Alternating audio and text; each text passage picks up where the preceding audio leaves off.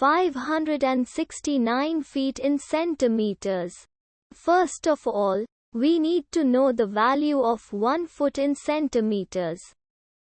It's always 1 foot equals 30.48 centimeters. Now we have to multiply 30.48 by 569. Therefore, 569 feet times 30.48 centimeters equals 17,343.12 centimeters. So, in other words, 569 feet equals 17,343.12 centimeters. We hope you have enjoyed this video.